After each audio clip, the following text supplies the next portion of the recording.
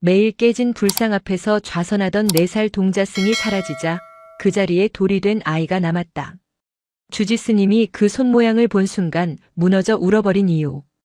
해발 1300m 소백의 칼날 능선 위에 위태롭게 앉은 백년암의 여름은 격렬했다. 7월 백중을 앞둔 어느 날 끓어오르던 습기가 기어이 하늘을 찢었다. 마른 하늘에 작두날 같은 번개가 내리꽂혔고 그중 하나가 기어코 암자마당 한복판을 때렸다. 그날 밤 백년암의 스님들은 법당에서 웅크린 채 밤새 독경을 했다. 빗줄기는 기둥 뿌리를 뽑아갈 듯 쏟아졌고 바람은 산 전체를 흔들며 울부짖었다. 다음 날 아침 폭풍이 멎고 안개가 걷혔을 때 그들은 참상을 목도했다. 마당 한가운데 수백 년을 지켜온 석조 관음 보살상의 이마에 금이 가 있었다. 정확히는 이마의 백호 자리에 번개가 닿은 듯 그 부분이 움푹 패고 검게 그을렸다. 거기서부터 시작된 균열이 미간을 지나 왼쪽 눈꺼풀을 비스듬히 가로질러 뺨까지 이어졌다. 마치 자비로운 상에 흉터가 새겨진 듯 혹은 눈물을 흘리다 굳어버린 자국처럼 보였다. 흉조다. 가장 먼저 그것을 발견한 공양주의 목소리는 물에 젖은 솜처럼 무거웠다. 그 한마디가 백년암의 공기를 규정했다. 소문은 젖은 이끼처럼 음습하게 산을 타고 내려갔다.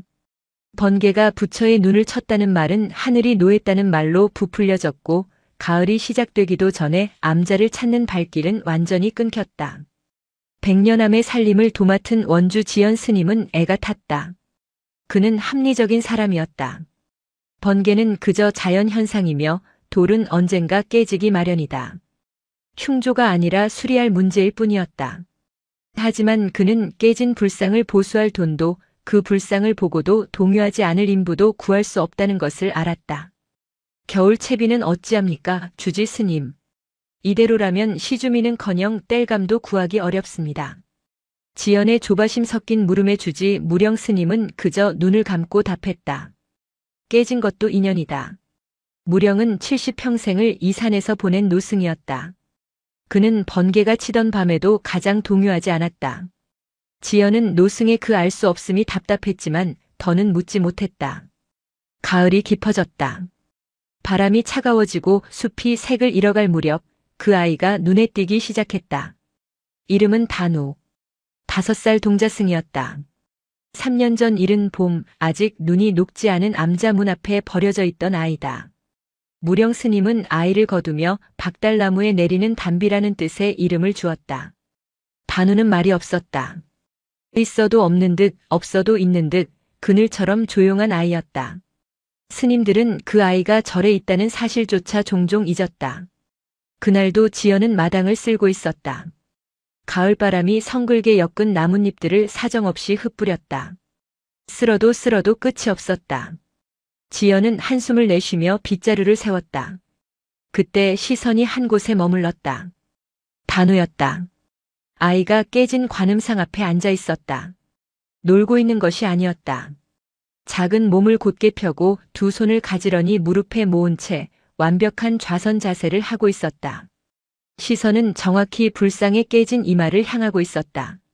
단우야. 지연이 불렀다. 아이는 대답이 없었다. 마치 지연의 목소리가 바람소리에 묻혀 들리지 않는다는 듯이. 거기서 무얼 하느냐. 바람이 차다. 지연이 다가갔다. 아이는 미동도 하지 않았다. 지연은 아이가 스님들의 모습을 흉내내며 장난을 치고 있다고 생각했다. 어른들의 근심을 알 리 없는 아이의 천진한 모방. 씁쓸한 미소가 번졌다. 이제 그만하고 들어가자. 공양 시간이다. 지연이 손을 내밀어 아이의 어깨를 잡았다. 그런데 이상했다. 아이의 몸이 뻣뻣했다. 마치 추위에 얼어붙은 작은 새처럼. 지연은 아이를 번쩍 들어 안았다. 아이는 저항하지 않았지만 품 안에서 버티는 듯한 묘한 무게감이 느껴졌다. 공양간에 내려놓자 아이는 묵묵히 밥을 먹었다. 그러나 공양이 끝나자마자 아이는 다시 마당으로 나갔다.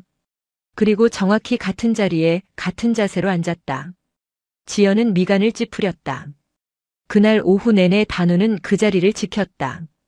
해가 서쪽 산 능선으로 넘어가고 산사의 그림자가 마당을 전부 삼켰을 때까지도 아이는 움직이지 않았다. 지연은 결국 다시 아이를 안아 올려 방에 데려다 놓아야 했다. 다음 날 새벽 예불을 마치고 나온 지연은 숨이 멎는 듯 했다. 단우가 벌써 거기 앉아 있었다.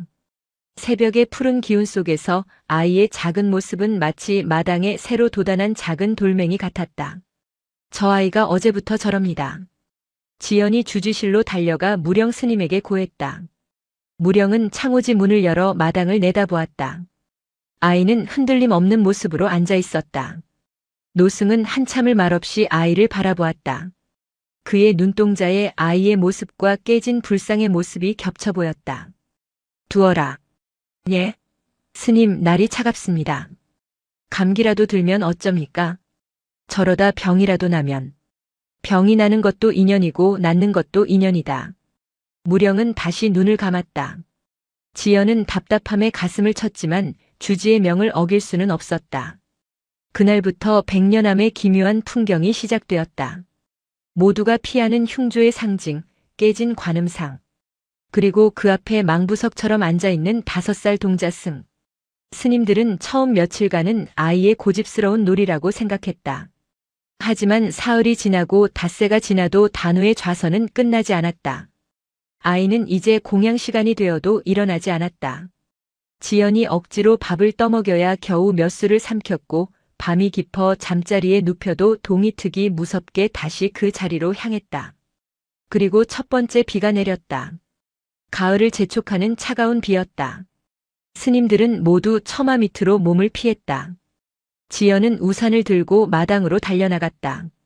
단우야, 비 온다. 어서 들어가자. 지연이 소리쳤다. 빗줄기가 아이의 얇은 승복을 때렸다. 회색 승복이 순식간에 짙은 먹색으로 변했다. 삭발한 머리 위로 빗물이 흘러내려 뺨을 적셨다. 하지만 아이는 눈도 깜짝하지 않았다. 빗속에서 아이는 여전히 깨진 불상의 이마를 바라보고 있었다. 지연은 아이의 어깨에 우산을 씌워주려다 멈칫했다. 아이의 어깨는 비에 젖는 것을 두려워하는 살아있는 아이의 어깨가 아니었다. 그것은 그저 비를 맞는 산의 일부처럼 느껴졌다. 지연은 저도 모르게 뒷걸음질 쳤다. 우산이 손에서 미끄러져 마당에 떨어졌다. 빗소리 사이로 지연은 자신의 심장이 공포에 가까운 속도로 뛰는 것을 들었다. 아이의 침묵이 빗소리보다 더 거대하게 백년암을 채우고 있었다. 가을비는 백년암의 앙상한 나뭇가지들을 모조리 털어내고 겨울의 문턱을 활짝 열어젖혔다. 산사의 공기는 유리 조각처럼 날카로워졌다. 계곡물은 가장자리가 얼어붙기 시작했고 스님들은 두꺼운 속옷을 꺼내 입었다. 단우는 여전히 그 자리에 있었다. 이제 지연은 아이를 억지로 안아 올리는 것을 포기했다. 아이의 몸은 날이 갈수록 단단해졌다. 억지로 팔을 잡아당기면 부러질지언정 굽혀지지 않을 것 같은 기이한 강직함이 느껴졌다.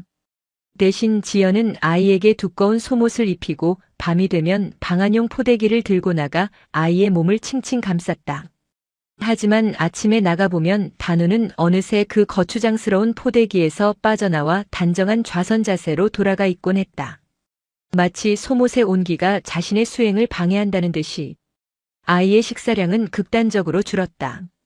지연이 죽을 쑤어 입에 넣어주면 목숨을 연명할 최소한의 양만 삼키고는 이내 입을 굳게 다물었다. 그 작은 입은 더 이상 속세의 음식이 필요 없다고 항변하는 듯 했다. 백년암의 스님들은 이제 단우를 아이로 보지 않았다. 저건 동자승이 아니야. 저건 다른 무언가야. 공양주 보일 스님은 부엌 아궁이에 불을 떼며 중얼거렸다.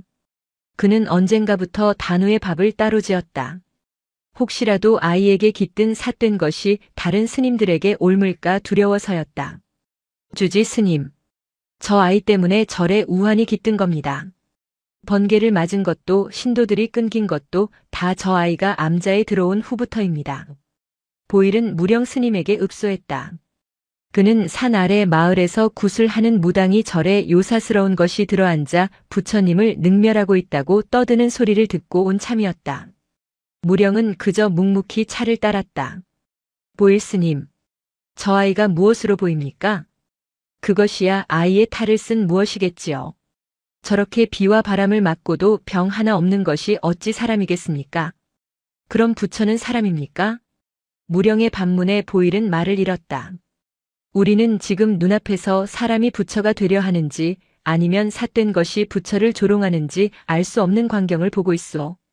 스님은 저 아이가 두렵습니까? 아니면 저 아이를 통해 드러난 스님의 믿음이 흔들리는 것이 두렵습니까? 보일은 얼굴이 하얗게 질려 물러났다. 그날 밤 백년암에 첫눈이 내렸다. 새벽 예불을 마친 지연은 곤두박질 치는 심장으로 마당을 향했다. 밤새 눈은 쉼없이 내렸다. 마당은 이미 한 뼘 이상 쌓여 세상의 모든 소리와 색을 지워버렸다. 그리고 그 하얀 세상 한가운데 단우가 있었다. 아이는 작은 눈사람이 되어 있었다. 삭발한 머리 위에도 좁은 어깨 위에도 무릎 위에 모은 두 손 위에도 눈이 소복하게 쌓여 있었다. 단우야. 지연이 비명처럼 소리치며 달려갔다. 그는 아이가 이미 얼어 죽었을 것이라 생각했다. 이 혹한에 밤새 눈을 맞고 어찌 살아있을 수 있단 말인가. 그런데 지연은 아이에게 미치기 직전 그 자리에 얼어붙고 말았다. 이상했다. 눈이 녹지 않고 있었다. 보통 사람의 체온이라면 눈이 몸에 닿는 순간 조금이라도 녹아내려야 했다. 최소한 머리나 목덜미처럼 열이 나는 곳은 젖어 있어야 했다. 하지만 단우의 몸 위에 쌓인 눈은 마치 마당의 석등 위에 쌓인 눈처럼 그 형태를 고스란히 유지하고 있었다. 아이의 몸에서 어떠한 온기도 발산되지 않는다는 증거였다. 지연은 떨리는 손을 내밀어 아이의 뺨에 덮인 눈을 털어냈다. 그리고 손가락으로 아이의 뺨을 만졌다. 차가웠다. 그것은 살아있는 사람의 차가움이 아니었다. 겨울날의 바위 혹은 얼음장 같은 생명이 없는 것의 온도였다. 지연은 공포에 질려 아이의 코 밑에 손가락을 가져다 댔다. 숨. 거의 느껴지지 않을 만큼 미약하지만 분명히 숨이 끊어지지는 않았다. 그것은 들이쉬고 내쉬는 호흡이 아니라 마치 겨울잠에 든 뱀처럼 혹은 땅속에 묻힌 씨앗처럼 생명의 근원만을 붙들고 있는 기식에 가까웠다. 지연은 무너졌다. 그는 아이 앞에 무릎을 꿇었다. 왜? 도대체 왜 이러는 것이냐? 내가 이룬다는 게 도대체 무엇이냐? 그의 눈에서 뜨거운 눈물이 흘러내려 차가운 눈밭 위로 떨어졌다. 그때였다. 수십 일간 굳게 닫혀있던 아이의 입이 아주 천천히 마른 나무 껍질이 갈라지듯 열렸다. 목소리는 차가운 바람 소리 같았다. 메워야 합니다. 무엇을? 저 불상의 이 말을? 그것이 너와 무슨 상관이냐? 그것은 돌일 뿐이다. 지연이 절규했다. 저도 돌이 되어야 합니다. 그 말을 끝으로 아이는 다시 입을 다물었다. 지연은 그 자리에 주저앉아 오열했다. 저도 돌이 되어야 합니다. 그 말은 논리를 가진 인간의 언어가 아니었다. 그것은 이미 산의 일부가 되어버린 존재의 선언이었다. 지연은 그 순간 깨달았다. 자신은 아이를 구하려는 것이 아니었다. 단지 자신이 이해할 수 없는 현상을 자신이 아는 인간의 범주 안으로 되돌리려 발버둥 치고 있었을 뿐임을. 단우는 이미 지연의 세계를 떠나고 있었다. 그날 이후 지연은 더 이상 아이를 흔들거나 억지로 음식을 먹이지 않았다. 대신 그는 매일 가장 깨끗한 물을 떠다 아이 앞에 공양하듯 놓아두었다. 그리고 아이의 옆에 나란히 앉아 좌선하기 시작했다. 그는 아이를 이해할 수 없었지만 적어도 그 혹한의 길에 아이를 혼자 두지 않기로 결심했다. 눈은 그치지 않고 계속 내렸다. 백년암 마당에는 두 개의 눈사람이 생겨났다. 하나는 아주 작고 단단했으며 다른 하나는 조금 더 크고 가끔씩 미세하게 떨고 있었다. 겨울은 백년암을 세상으로부터 완전히 고립시켰다. 산길은 무릎까지 차오른 눈으로 막혔고 암자는 거대한 눈의 무덤 속에 갇힌 섬이 되었다. 시간의 흐름은 무의미해졌다. 해가 뜨고 지는 것이 유일한 시계였고 바람 소리가 유일한 소식이었다. 단우의 변화는 이제 누구의 눈에도 명백해졌다. 아이의 피부는 더 이상 산사의 스님들처럼 햇볕에 그을린 건강한 빛을 띠지 않았다. 그것은 마치 오랫동안 물속에 잠겨 있었던 돌처럼 푸르스름한 회색빛을 띠기 시작했다. 뺨에 남아있던 미약한 혈색은 완전히 사라졌고 피부는 건조하고 거칠어져 마치 오래된 석고상 표면 같았다. 지연은 매일 아침 아이의 상태를 확인하는 것으로 하루를 시작했다. 그는 이제 아이의 생사를 확인하는 것이 두려워 가장 먼저 아이의 손목을 잡았다.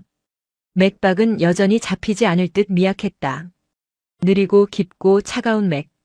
가장 놀라운 변화는 아이의 몸무게였다. 5살 아이의 몸은 가벼워야 정상이었다. 하지만 단우는 날이 갈수록 무거워졌다. 아니, 무겁다기보다는 밀도가 높아지는 느낌이었다. 속이 꽉 찬 통나무 혹은 그보다 더 단단한 무언가를 드는 듯 했다.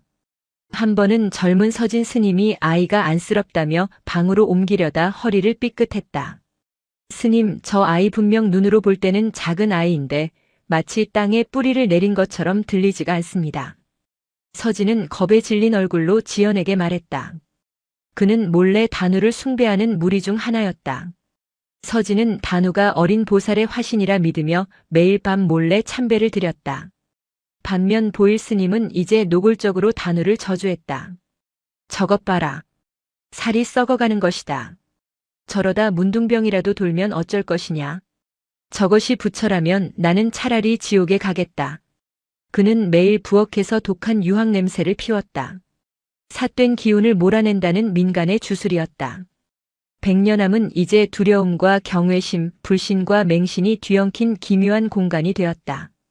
이 모든 혼란의 중심에 주지 무령이 있었다.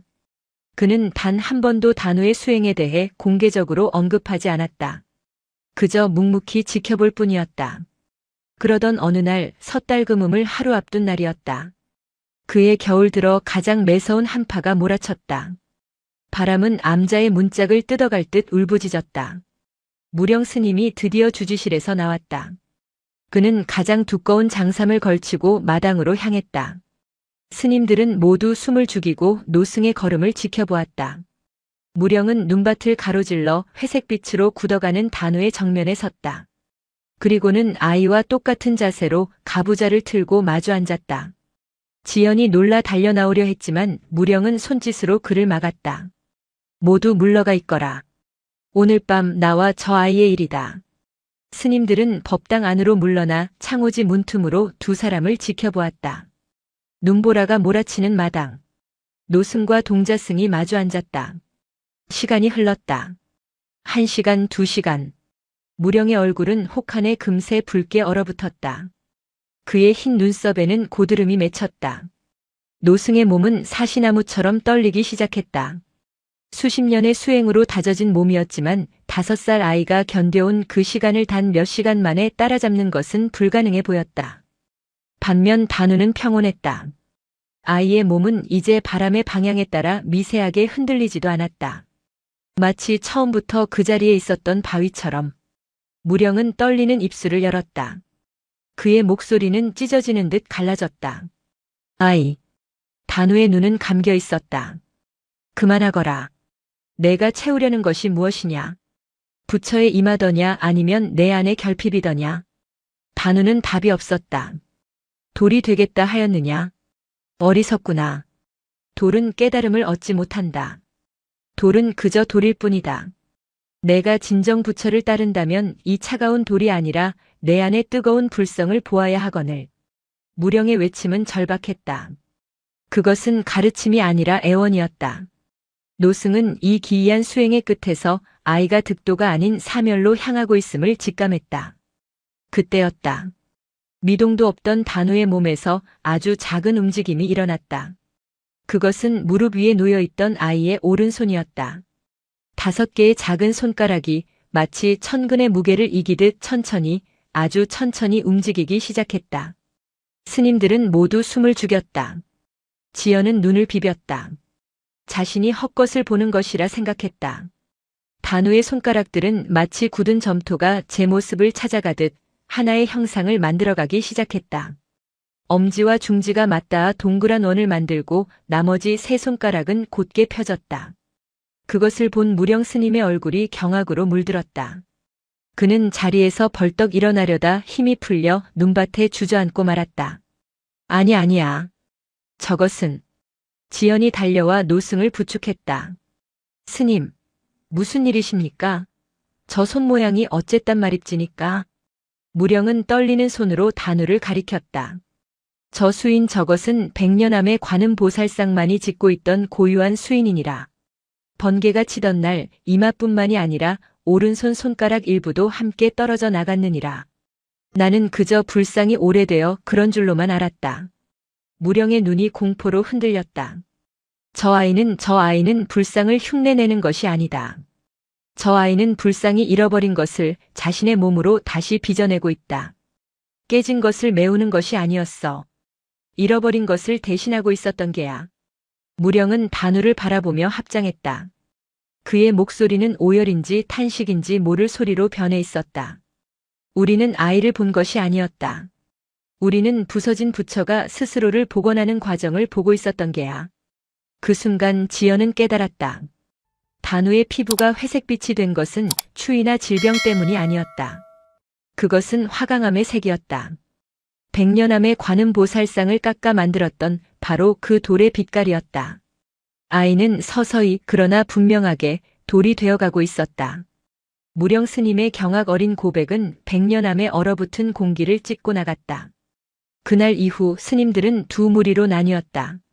한 무리는 서진 스님을 필두로 한 젊은 승려들이었다.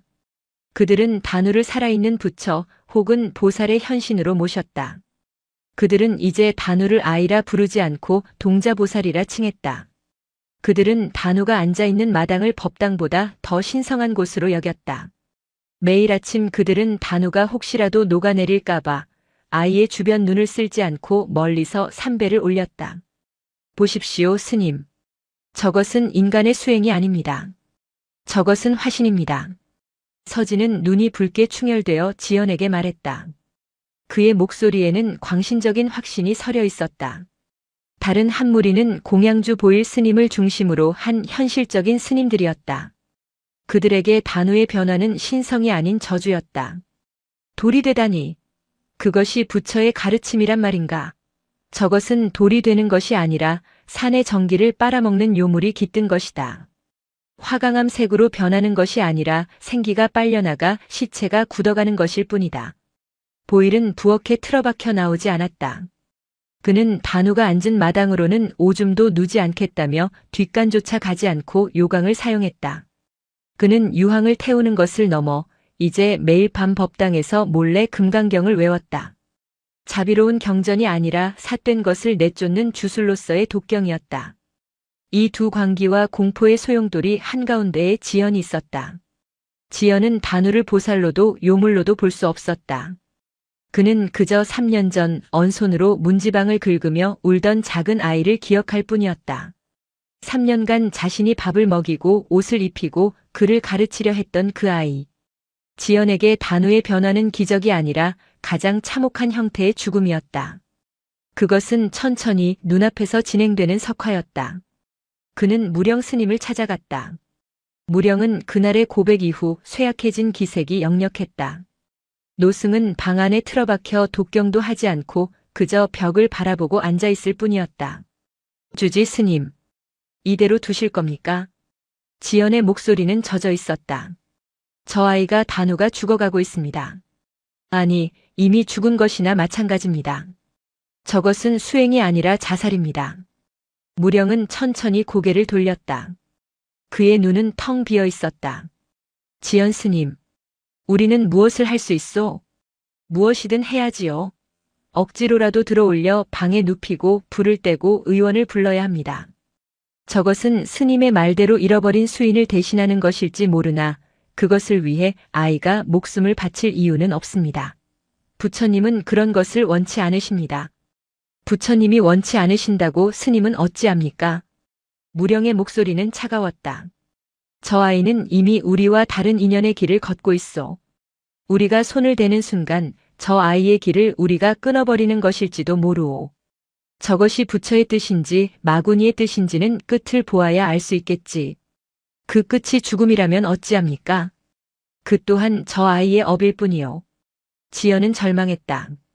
노승의 눈에서 그는 깨달음이 아니라 포기를 보았다. 혹은 거대한 운명 앞에서 아무것도 할 수 없는 인간의 무력감을.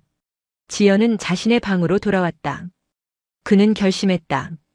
주지 스님이 막든 부처님이 놓아든 그는 오늘 밤 단우를 인간의 세계로 되돌려 놓을 작정이었다.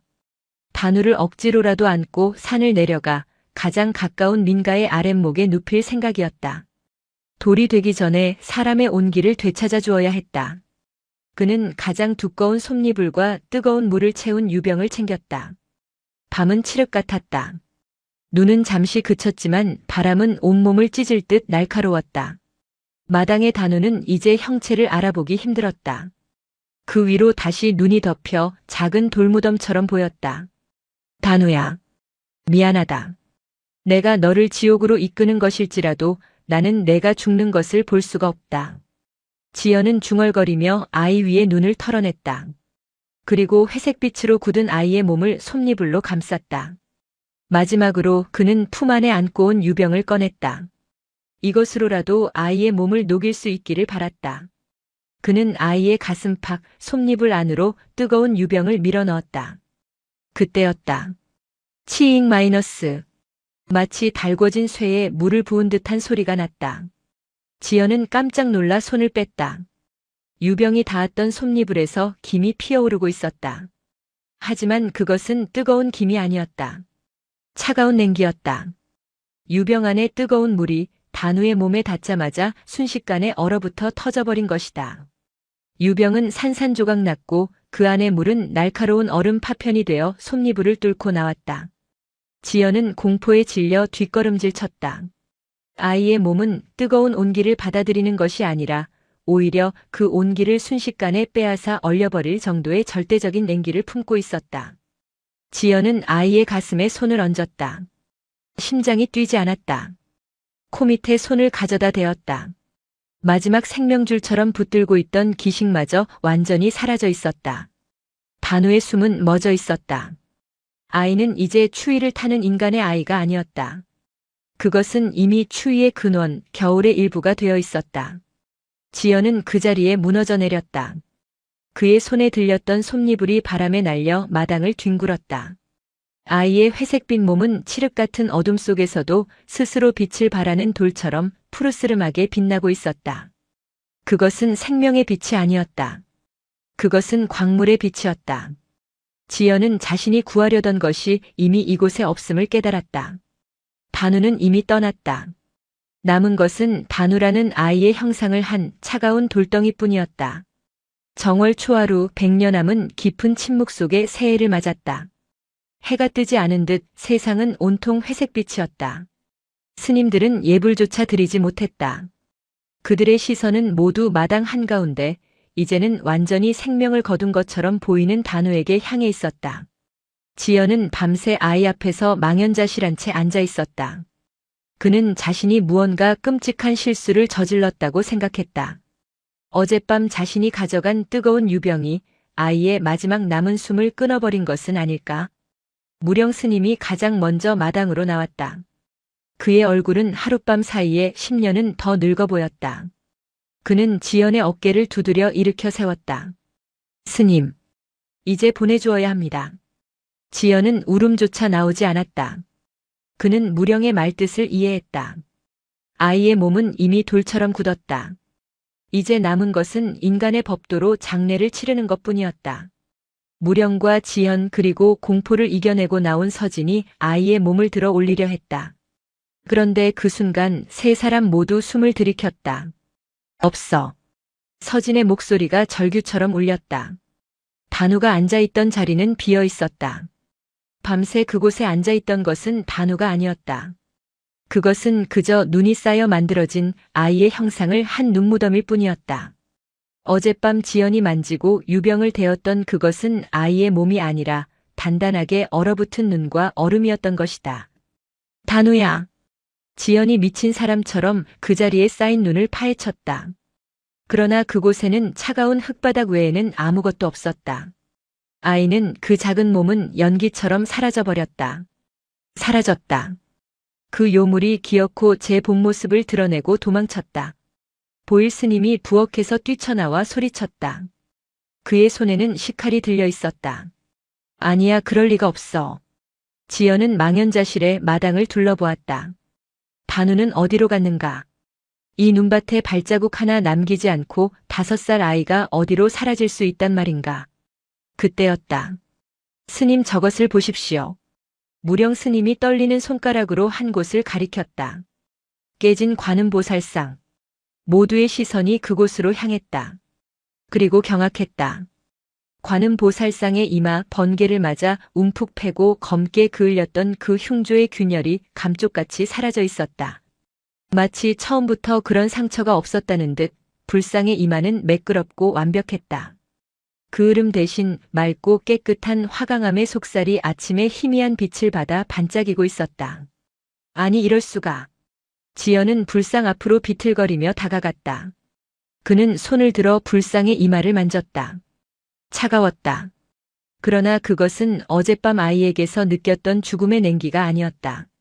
그것은 생명력이 도는 맑고 청아한 돌의 감촉이었다. 단우는 자신의 첫마디를 지켰다. 깨진 건 제가 메워야 해요. 아이는 자신의 모든 것을 바쳐 모두가 두려워하던 흉조를 메운 것이다. 그럼 단우는 어디에 있습니까? 서진이 울먹이며 물었다. 흉조를 메우고 아이는 산신의 제물이 된 것입니까? 그 말에 보일은 식칼을 떨어뜨렸다. 무령은 말없이 관음상을 올려다보았다. 그의 시선은 이마가 아닌 여전히 부서진 채로 남아있는 불상의 오른손을 향하고 있었다. 아니, 저 아이는 가지 않았다. 무령이 천천히 불상의 아래쪽 단우가 늘 앉아있던 바로 그 자리로 시선을 옮겼다. 그리고 그들은 보았다. 단우가 앉아있던 눈이 파헤쳐진 그 자리에 이끼 낀 흙바닥이 아니었다. 그곳에는 새로운 무언가가 있었다.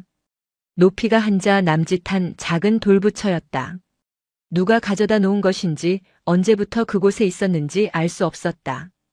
그것은 단우가 늘 하던 모습 그대로 완벽한 좌선 자세를 하고 있었다. 이것은 언제부터? 지연이 홀린 듯 다가가 그 작은 돌부처를 만지려 했다. 아니, 잠깐. 스님, 저 손을 보십시오. 서진이 다급하게 지연을 막았다. 작은 돌부처의 오른손. 그 손은 무령 스님만이 알고 있던 백년암 관음보상에 잃어버린 그 수인을 완벽하게 맺고 있었다. 엄지와 중지가 맞닿아 원을 이룬 자비와 깨달음의 형상. 단우가 부처가 되었네.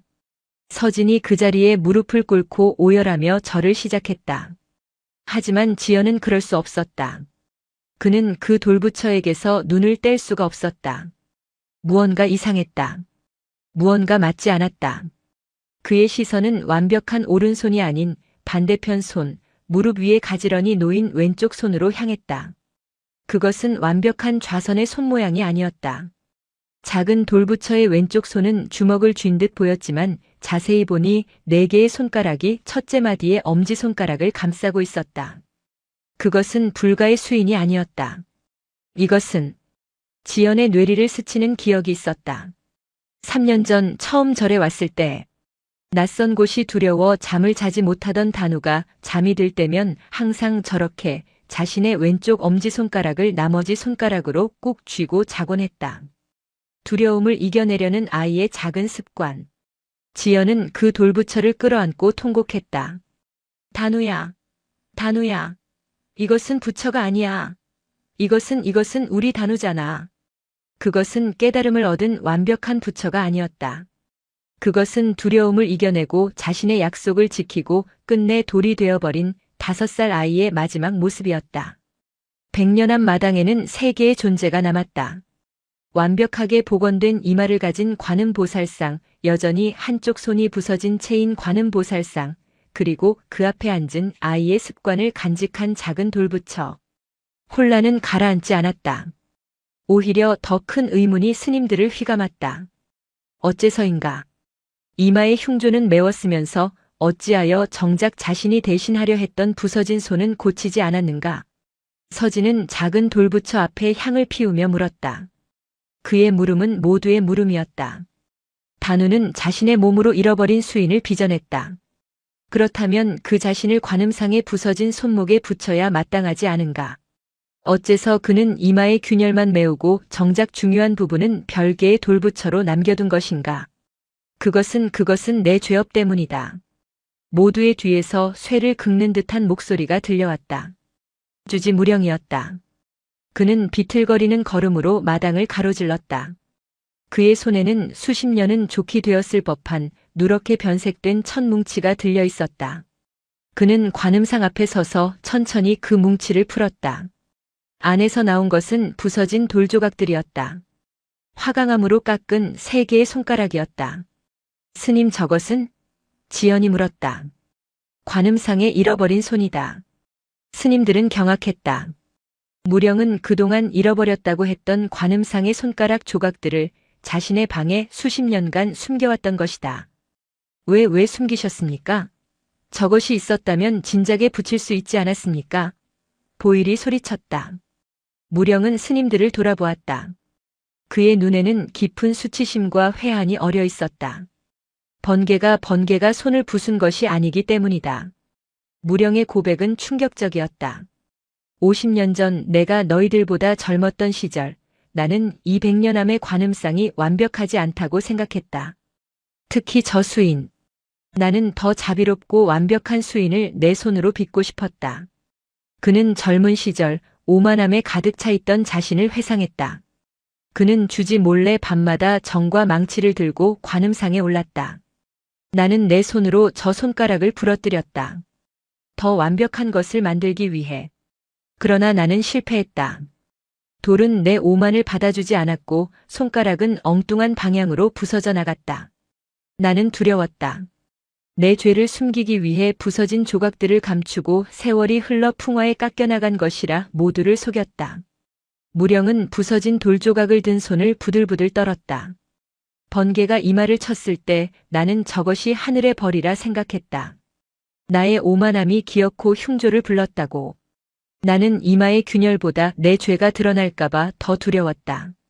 그리고 그는 작은 돌부처 단우를 바라보았다. 저 아이는 처음부터 알고 있었다. 저 아이가 메우려던 것은 번개가 만든 이마의 균열이 아니었다. 저 아이는 내가 50년간 숨겨온 나의 이 감추어진 균열을 메우기 위해 온 것이었다. 그제야 모든 것이 풀렸다.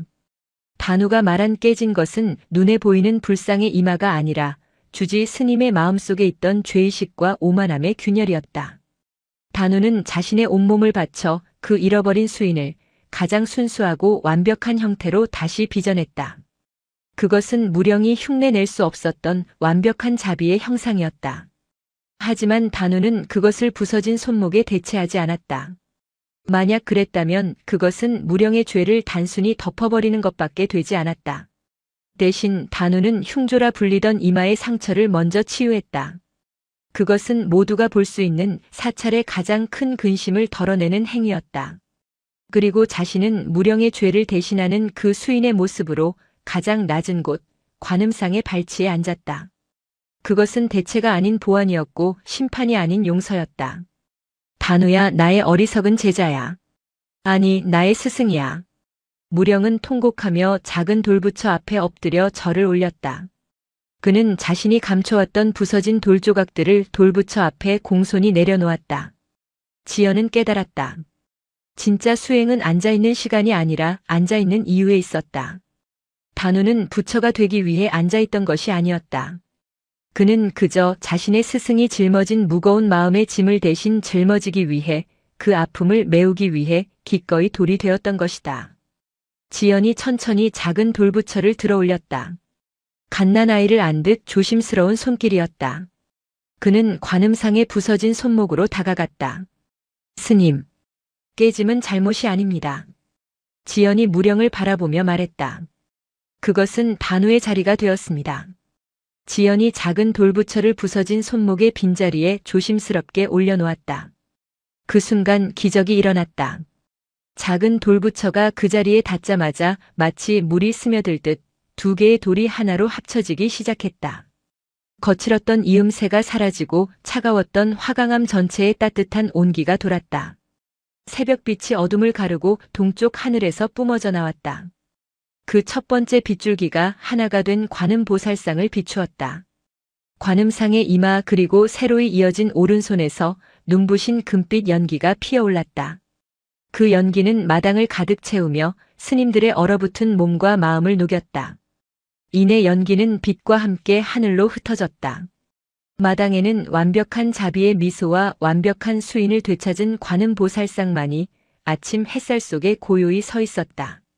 아이의 흔적은 사라졌지만 아이는 그곳에 가장 완벽한 형태로 남아 있었다. 금빛 연기가 흩어지고 완벽한 모습의 관음상이 아침 햇살 속에 섰을 때 100년 암의 마당에는 정막만이 흘렀다. 그 정막은 평화가 아니었다. 그것은 너무나 거대하고 감당할 수 없는 현상을 목격한 인간의 언어가 질식당한 상태였다. 4명의 스님은 그 자리에 얼어붙은 듯 서 있었다. 가장 먼저 움직인 것은 공양주 보일이었다. 그는 자신이 들고 있던 식칼을 본 순간 마치 뱀을 본 것처럼 기겁하며 그것을 눈밭에 던져버렸다. 그리고는 단 한마디 말도 없이 비틀거리는 걸음으로 부엌으로 도망쳤다. 그는 문을 닫고 빗장을 질렀다. 자신이 요물이라 저주했던 존재가 자신을 포함한 이 암자 전체를 구원하는 것을 본 자의 극단적인 공포였다. 젊은 서진은 그 자리에 무너져 내렸다. 그는 더 이상 울부짖지 않았다. 대신 그는 완벽해진 관음상을 향해 이마가 얼어붙은 흙바닥에 닿도록 엎드렸다.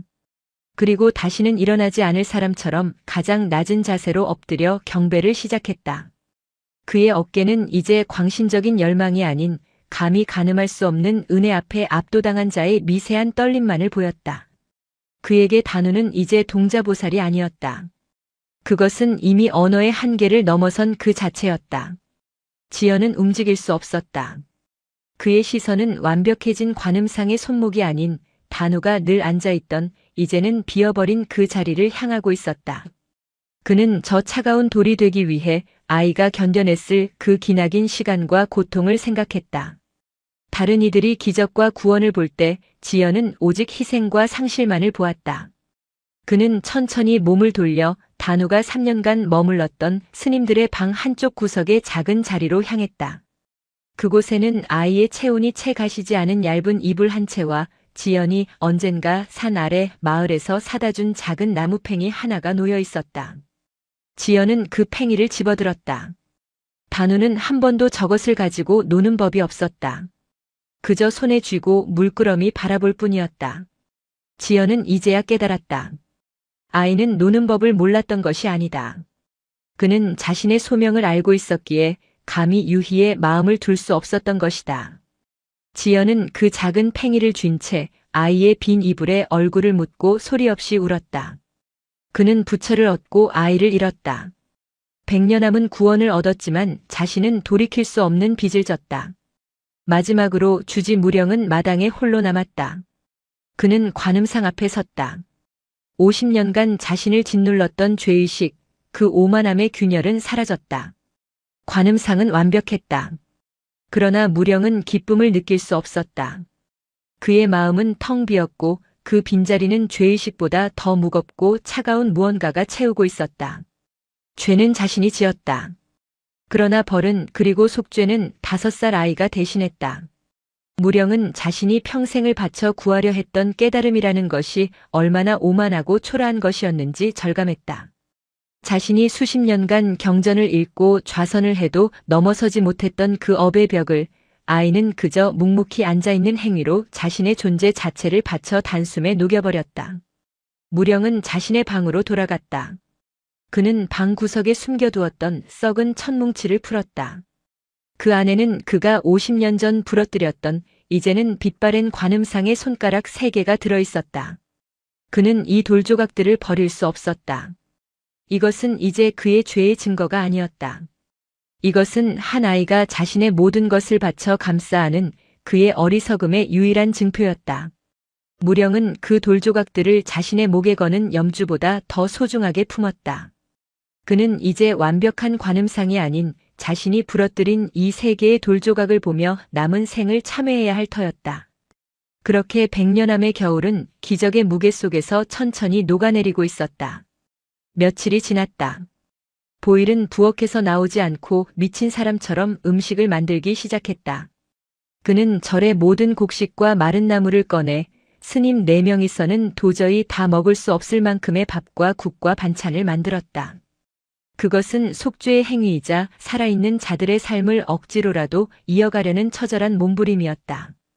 그는 음식을 마당으로 내어가지만 감히 관음상을 쳐다보지 못하고 멀찍이 내려놓고는 다시 부엌으로 도망쳤다. 서진은 관음상에 충실한 시종이 되었다. 그는 매일 새벽 가장 맑은 물을 떠다 올리고 자신의 장삼자락으로 관음상 주변에 눈을 쓸었다. 그는 관음상과 대화를 시도했다. 단우야라고 불렀다가 보살님이라고 고쳐 불렀다. 그러나 돌은 답이 없었다. 그의 신앙은 점점 더 순수해지는 동시에 광기에 가까워지고 있었다. 지연은 절의 살림을 다시 챙기기 시작했다. 그는 무너진 담장을 보수하고 땔감을 준비했다. 그는 이 기적을 덮어두고 백년암이 다시 일상으로 돌아가길 바랐다. 그는 단우의 희생이 그저 기적으로 소비되는 것을 원치 않았다. 그는 아이의 죽음을 이 산사의 가장 깊은 비밀로 묻고 싶었다. 그리고 무령은 그저 늙어갔다. 그는 매일 마당을 내다보며 자신의 죄가 빚어낸 완벽한 관음상과 그 죄를 용서한 작은 돌부처의 흔적을 번갈아 보았다. 시간이 흘러 얼음이 녹는 소리가 계곡을 채우기 시작했다. 겨우내 백년암을 고립시켰던 눈이 녹아 질척거리는 산길의 속살이 드러났다. 봄이 오고 있었다. 세상과의 연결이 다시 시작되려 하고 있었다. 그러던 어느 날 이른 아후 둔탁한 목탁 소리가 산 아래에서 들려왔다. 백년암의 스님들은 모두 하던 일을 멈추고 마당으로 나왔다. 한 무리의 사람들이 땀을 뻘뻘 흘리며 산길을 오르고 있었다. 그들은 산 아래 마을의 주민들이 아니었다. 화려한 비단옷과 잔뜩 겁에 질린 하인들의 모습. 그 선두에는 금실로 수놓은 가마 하나가 위태롭게 올라오고 있었다. 손님이다. 지연이 낮게 중얼거렸다. 그의 목소리에는 반가움이 아니라 깊은 우려가 묻어 있었다. 가마가 마당에 내려지고 안에서 한 여인이 부축을 받으며 내렸다. 그녀는 창백한 얼굴이었지만 온몸을 값비싼 장신구로 치장하고 있었다. 그녀는 내리자마자 마당 한가운데 우뚝 솟은 관음상을 보았다. 그녀의 눈이 경이로움으로 크게 뜨였다. 이럴 수가. 소문이 사실이었어. 지연이 앞으로 나섰다. 먼 길 오시느라 고생하셨습니다만 지금은 암자의 사정이 여의치 않아 손님을 맡기가 어렵습니다. 여인은 지연의 말을 들은 채도 하지 않고 관음상 앞으로 비틀거리며 다가갔다. 꿈에 한 아이가 나타났습니다. 회색빛 돌부처 같은 아이가 나타나 가장 높은 곳의 부처님이 당신의 병을 알고 있다고 하였습니다. 그래서 수소문하니 이 소백산 깊은 곳에 번개를 맞고 스스로 치유한 관음상이 있다 하기에 여인은 관음상 앞에 엎드려 통곡하기 시작했다. 부처님, 제발 제 죽을 병을 낫게 해주십시오. 지연은 얼어붙었다. 회색빛 돌부처 같은 아이. 그들이 묻으려 했던 비밀이 그들의 의지와는 상관없이 이미 세상을 향해 흘러가기 시작한 것이었다. 단우는 돌이 되었지만 그의 기적은 이제 막 인간의 욕망 속에서 깨어나고 있었다. 봄은 소문과 함께 왔다. 겨우내 닫혀있던 산길이 열리자 가장 먼저 당도한 것은 산 아래 구율미가 아니었다. 그것은 양씨 부인이라 불리는 한양의 세도가 미망인이었다. 그녀가 타고 온 가마는 암자의 초라한 일주문에 어울리지 않게 화려했고 그녀를 호위하는 종들의 기세는 오만했다. 그녀는 지병으로 10년을 앓아누워 있었다. 얼굴은 밀랍처럼 창백했으나 눈빛만은 병자의 것이라기엔 기이할 정도로 형형했다. 그녀는 내리자마자 다른 스님들은 거들떠보지도 않고 가장 연장자인 무령을 향해 곧장 걸어왔다. 주지 스님이십니까? 무령은 말없이 고개만 끄덕였다. 꿈을 꾸었습니다. 여인의 목소리는 쇳소리 같았으나 힘이 있었다. 칠흑 같은 어둠 속에서 웬 회색빛 아이가 제게 손을 내밀었습니다. 그 아이는 말을 하지 않았으나 저는 알 수 있었습니다. 가장 높은 곳에 흰 연꽃으로 가라. 그곳에 당신의 병을 낫게 할 약이 있다 하였습니다. 지연은 저도 모르게 주먹을 꽉 쥐었다. 회색빛 아이. 단우였다. 아이의 희생이 기어코 인간의 욕망을 불러들이는 미끼가 되어버린 것이다. 부인. 지연이 앞으로 나서며 냉랭하게 말했다. 꿈은 허망한 것입니다. 이곳은 병을 고치는 약방이 아니라 수행하는 암자입니다. 잘못 찾아오셨습니다. 지연의 말에 여인을 부축하던 종 하나가 눈을 부라렸다. 스님, 지금 뉘 앞이라고 함부로. 됐다. 여인이 종의 말을 막았다. 그녀의 시선은 지연을 지나 마당 한가운데의 관음상을 향했다. 그 완벽한 모습, 아침 햇살을 받아 신비롭게 빛나는 그 손목을 본 순간 여인의 눈이 탐욕인지 경외인지 모를 빛으로 번뜩였다. 저것이로군요. 그녀는 지연을 밀치고 관음상 앞으로 다가갔다. 그때 서진이 그녀를 막아섰다. 보살님께서는 공경히 대해야 합니다. 속세의 더러운 욕심으로 함부로 다가설 수 없습니다. 서진은 어느새 관음상의 수호자를 자처하고 있었다. 그는 매일 관음상을 닦고 그 앞을 쓸며 그곳을 성역으로 규정했다. 여인은 코웃음을 쳤다. 내가 이 절에 바칠 시주가 얼만지 안다면 그대의 그 오만한 태도도 금세 공손해질 터. 그녀는 종에게 눈짓했다. 종이 무거운 비단 주머니를 꺼내 서진의 발밑에 던졌다. 묵직한 금속성 마찰음과 함께 주머니가 풀리며 눈부신 은덩이들이 쏟아져 나왔다. 백년함 1년치 살림을 능히 감당하고도 남을 액수였다. 서진의 얼굴이 굳었다. 그는 돈에 흔들린 것이 아니었다. 그는 자신의 신성한 영역이 돈으로 거래되는 순간을 목격한 것에 충격을 받았다. 이것은 내 병을 낫게 해준다면 이 절을 통째로 금으로 덮어줄 수도 있어. 여인은 서진을 다시 밀치고 기어이 관음상 앞에 섰다. 멈추시오. 지연이 다급하게 외쳤다. 그러나 여인은 이미 관음상의 손, 단우가 되어 합쳐진 바로 그 손목을 움켜쥐었다. 모두가 숨을 죽였다. 무슨 일이 벌어질 것인가? 번개가 내리칠 것인가? 여인의 병이 순식간에 사라지는 기적이 일어날 것인가? 아무 일도 일어나지 않았다. 여인은 그저 돌의 차가운 감촉을 느낄 뿐이었다. 그녀의 얼굴에 실망감이 스쳐 지나갔다. 이게 다인가? 그녀는 손을 놓지 않고 마치 젖을 짜듯 돌의 기운을 억지로 빼앗으려는 듯 소나귀에 힘을 주었다. 그때였다. 아! 여인의 입에서 작은 신음이 터져 나왔다. 실망감이 아니었다. 그것은 다른 종류의 감정이었다.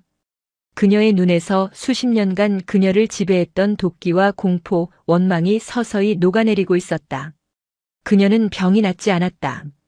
대신 그녀는 자신의 병을 그리고 자신의 죽음을 받아들일 평온을 얻었다. 단우의 손은 병을 고치는 기적의 손이 아니었다. 그것은 그저 모든 것을 묵묵히 받아들이고 감내했던 그 희생의 무게를 전달할 뿐이었다. 여인은 자신의 고통보다 더 큰 희생의 감각을 통해 비로소 자신의 삶을 긍정하게 된 것이다. 여인은 관음상의 손에 이마를 대고 흐느꼈다. 그것은 살려달라는 통곡이 아니라 감사하다는 속죄의 눈물이었다. 그녀는 말없이 일어나 무령 스님에게 깊이 허리를 숙였다. 스님, 제 병은 가져가나 마음의 짐은 이곳에 내려놓고 갑니다. 그녀는 쏟아진 은덩이들을 돌아보지도 않고 가마에 올랐다. 그녀가 떠난 뒤 마당에는 4명의 스님과 그들의 발밑에 흩어진 눈부신 은덩이들, 그리고 그 은을 받아 빛나는 완벽한 관음상만이 남았다. 뭐 보셨습니까? 서진이 떨리는 목소리로 말했다. 보살님의 영험입니다. 저 여인의 마음을 치유하셨습니다. 그는 은덩이들을 황급히 주워 모으기 시작했다. 이것으로 법당을 새로 짓고 보살님의 몸에 금치를 해야 합니다. 지연은 그 모습을 망연히 바라보았다. 그는 치유가 아닌 거래를 보았다. 단우의 희생이 고작 저 은덩이 몇 개와 맞바꾸어진 것을 보았다. 그때 둔탁한 소리와 함께 부엌 문이 열렸다. 겨우내 칩거했던 공양주 보일이 퀭한 눈으로 마당에 서 있었다. 그의 시선은 서진의 손에 들린 은덩이들에 고정되어 있었다. 그의 얼굴은 분노도 공포도 아니었다. 그것은 극단적인 혐오였다. 그는 마당에 흩어진 은덩이 하나를 발로 찼다.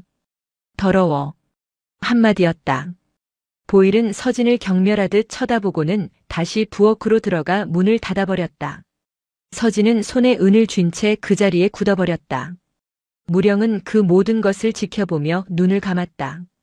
그의 얼굴에 금빛으로 빛나는 관음상과 똑같은 그러나 지독히도 고통스러운 멍울이 번져가고 있었다.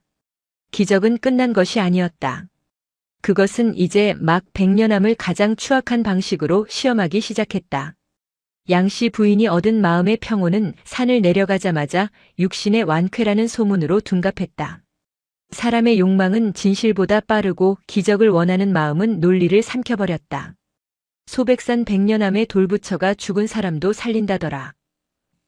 번개를 맞은 관음상이 만지기만 해도 안진뱅이를 일으킨단다. 아니다. 스스로를 희생한 동자승의 혼이 깃들어 어떤 소원이든 들어준다더라. 소문은 날개를 달고 한양의 저작거리부터 팔도의 산골 마을까지 퍼져나갔다. 한 달이 채 지나지 않아 백년암으로 향하는 좁은 산길은 인파로 미어터지기 시작했다. 고요했던 산사는 시장 바닥으로 변했다. 백년암 역사상 처음으로 암자 입구에는 보살빵이니 영험한 약수 따위를 파는 잡상인들이 판을 치기 시작했다. 그들은 스님들의 허락도 받지 않고 움막을 짓고 불을 피웠다. 암자 마당은 발 디딜 틈이 없었다. 중병에 걸린 자식을 업고 온 아비, 눈먼 노모를 부축하고 온 효자, 그저 재물복을 빌기 위해 돼지머리를 들고 온 상인까지. 그들의 절박하고 이기적인 욕망이 뒤엉켜 악취를 풍겼다. 보살님, 제발 한 번만 만지게 해주시오. 사람들은 완벽해진 관음상을 향해 울부짖으며 달려들었다. 서진은 이 모든 혼란의 중심에서 자신도 모르게 변해가고 있었다. 그는 처음에는 순수한 신심으로 사람들을 통제하려 했다. 질서를 지키십시오. 보살님은 욕심을 듣지 않으십니다. 그러나 그의 외침은 군중의 함성에 묻혀 사라졌다. 사람들은 그를 밀치고 관음상에 매달렸다. 돌의 표면은 수많은 손때로 반질반질해졌고 단우가 메웠던 그 손목 부분은 사람들의 손톱에 긁혀 미세한 흠집까지 생겼다. 서진은 결국 극단적인 방법을 택했다. 그는 관음상 주위에 굵은 금줄을 치고 자신이 그 앞에서 죽비를 들고 지키기 시작했다. 한 걸음만 더 다가오면 용서치 않겠다. 그는 이제 수호자였다. 그러나 그의 눈에는 자비가 아니라 자신의 성물을 훼손하려는 이교도들을 막는 듯한 살기가 서려 있었다. 사람들은 그의 기세에 눌려 물러났지만 그들의 욕망은 사라지지 않았다. 그들은 대신 서진에게 매달렸다. 스님께서 대신 빌어주십시오. 제 아들 이름 한 번만 불러주십시오. 이 돈을 다 드리겠습니다. 사람들은 서진의 발밑에 돈과 곡식을 쌓아 올렸다. 서진은 처음에는 그것들을 거부했다. 그러나 돈은 산처럼 쌓였다. 이것은 보살님을 위한 것이다. 더러운 돈이 아니다. 이 돈으로 법당을 중수하고 보살님께 금의를 입혀드려야 한다. 서진은 스스로를 합리화하기 시작했다. 그는 돈을 받기 시작했다. 그는 돈의 액수에 따라 사람들이 관음상 앞에 머무를 수 있는 시간을 정해주었다. 가장 많은 돈을 낸 사람은 서진의 허락하에 금줄 안으로 들어와 관음상의 손을 잠시 만질 수 있는 특권을 누렸다. 백년암은 완벽한 속된 성지가 되었다. 지연은 이 모든 과정을 지켜보며 무너져 내렸다. 그는 이제 마당에 나가지 않았다. 그는 단우가 머물던 빈 방에 틀어박혀 단우의 나무팽이만 만지작거렸다. 그는 사람들의 울부짖음 속에서 단우의 희생이 어떻게 능욕당하는지를 들었다. 그는 향냄새에 섞여 들어오는 돈 냄새와 땀 냄새, 그리고 욕망의 비린내를 맡았다. 그는 무령을 찾아갔다. 무령은 여전히 자신의 방에서 부서진 돌조각 3개를 만지작거리며 벽만 보고 있었다. 주지 스님, 이래도 괜찮으신 겁니까? 지연의 목소리는 절망으로 가득 차 있었다. 산사가 시장이 되었습니다. 서진 스님은 돈을 받고 기적을 팔고 있습니다. 단우의 희생이 저들의 욕심을 채우는 미천이 되었습니다. 무엇이라도 하셔야 하지 않습니까? 무령은 천천히 고개를 돌렸다. 그의 눈은 죽은 사람의 것처럼 공허했다. 지연 스님, 저들이 비는 것이 무엇으로 보입니까? 욕심이지요. 탐욕입니다. 아닙니다. 무령이 낮게 말했다. 저것은 50년 전 내 모습입니다. 지연은 숨이 멎었다. 나도 저들처럼 완벽함을 구했소. 나는 깨달음이라는 고상한 이름을 붙였지만 실상은 저들처럼 내 결핍을 채우고 내 오만을 증명하고 싶었을 뿐이요. 저들은 병을 낫길 원하고 나는 부처가 되길 원했지. 본질은 같소. 무령은 자신의 죄가 빚은 돌조각을 바라보았다. 단우가 메운 것은 나의 죄만이 아니었소. 저 아이는 인간의 모든 욕망을 끌어안고 돌이 된 것이요. 저 마당은 지금 저 아이가 감당하고 있는 업의 무게요. 우리가 어찌 막을 수 있겠소. 지연은 그 말에 아무 대답도 할 수 없었다. 주지 스님은 구원을 얻은 것이 아니라 영원한 방관자의 지옥에 갇힌 것이었다. 그날 오후 기어코 사달이 났다. 산 아래 마을에서 역병이 돌기 시작한 아이를 업고 온 부부가 있었다. 그들은 전 재산을 털어 서진에게 바쳤지만 아이의 상태는 위독했다. 스님, 돈을 더 드리겠습니다. 제발 제발 우리 아이 저 손 한 번만 만지게 해주십시오. 아비가 애원했다. 그러나 그보다 더 많은 돈을 낸 양반이 먼저 금줄 안에 들어가 있었다. 순서를 기다리시오. 서진이 죽비로 아비를 막아섰다. 그때 아이의 어미가 이성을 잃었다.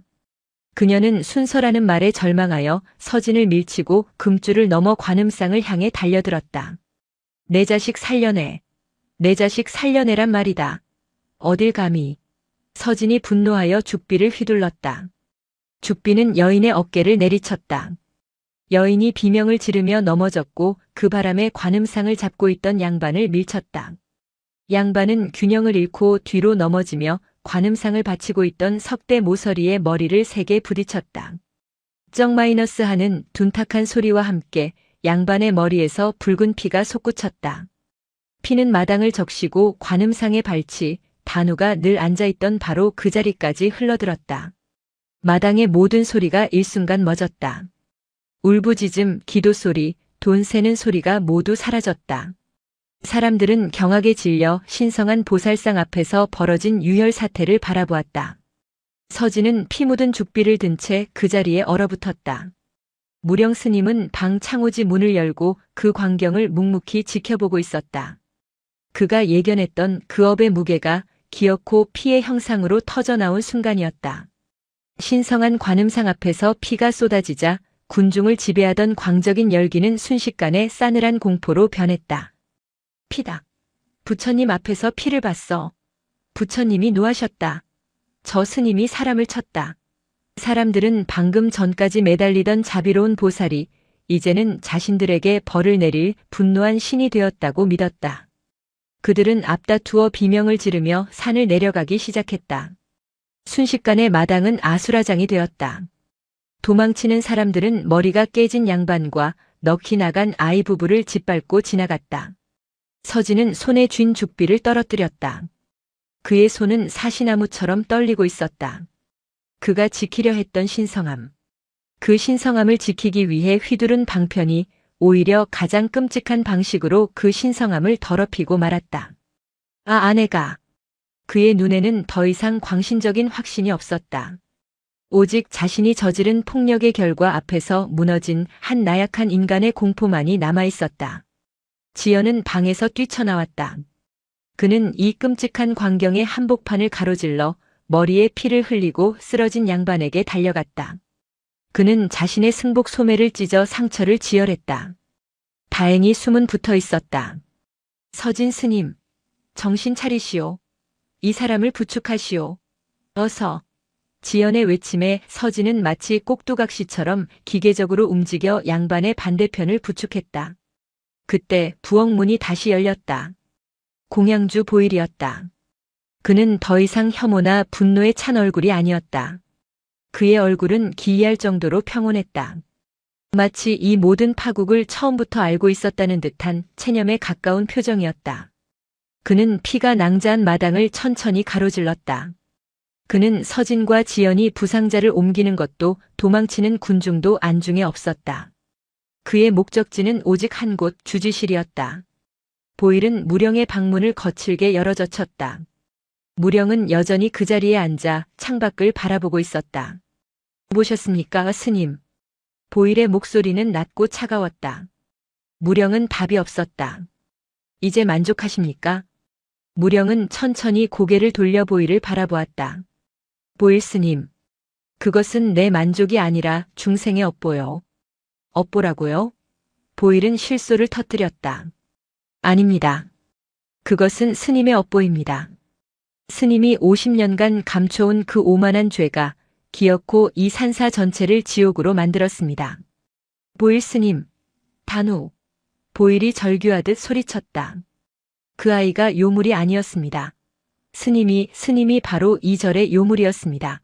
스님의 그 썩어빠진 죄의식을 덮기 위해 5살 아이가 스스로 돌이 되게 만들었습니다. 그것도 모자라 이제는 그 아이의 희생을 팔아 온갖 속물들의 피와 돈을 받아먹고 있습니다. 보일은 방구석에 있던 무령의 목탁을 집어들었다. 그리고 그것을 무령의 눈앞에 내밀었다. 스님은 부처가 아닙니다. 스님은 그저 아이의 피를 빨아먹고 연명하는 늙은 흡혈귀일 뿐입니다. 그 말은 그 어떤 비난보다도 날카롭게 무령의 심장을 꿰뚫었다. 무령은 자신의 가장 깊은 곳에 숨겨두었던 스스로도 인정하지 않으려 했던 진실을 보일의 입을 통해 듣고 말았다. 그의 몸이 와르르 무너져 내렸다. 그는 더 이상 방관자의 지옥에 갇힌 것이 아니었다. 그는 자신이 이 모든 참극의 원인이었음을 공식적으로 선고받았다. 그 순간 서진이 방 안으로 굴러들어왔다. 그는 부상자를 지연에게 맡기고 돌아온 참이었다. 무슨 망발이요, 보일 스님. 서진은 보일의 멱살을 잡았다. 서진의 눈은 다시 붉게 충혈되어 있었다. 그러나 그것은 신앙심이 아니었다. 그것은 자신이 저지른 죄의 책임을 전가할 대상을 찾은 광기 어린 분노였다. 내 놈이 처음부터 저 아이를 저주했기 때문이다. 내 놈의 그 더러운 불신이 삿된 것을 불러들여 피를 보게 한 것이다. 뭐라고? 보일은 어이없다는 듯 서진을 밀쳤다. 눈을 떠라, 이 광신도야. 내 놈이 돈에 눈이 멀어 죽비를 휘두르지 않았더냐. 내 놈이야말로 보살님의 자비의 피치를 한 장본인이다. 이놈이. 두 스님은 죄의식에 짓눌린 노승의 앞에서 아이의 희생으로 완벽해진 관음상의 기운이 감도는 그 방 안에서 서로에게 주먹을 날리기 시작했다. 그것은 불심의 싸움이 아니었다. 한 명은 자신의 신앙이 무너진 분노를, 다른 한 명은 자신의 죄책감이 폭발한 광기를 서로에게 퍼부었다. 방 안의 기물들이 부서지고 두 사람의 거친 숨소리와 고함이 뒤엉켰다. 무령은 그저 그 두 제자가 무너지는 모습을 바라보며 자신의 죄가 빚은 돌조각 3개를 쥔 손을 떨 뿐이었다. 이 모든 소동이 끝나고 밤이 찾아왔다. 백년암은 다시 처음의 고요함을 되찾았다.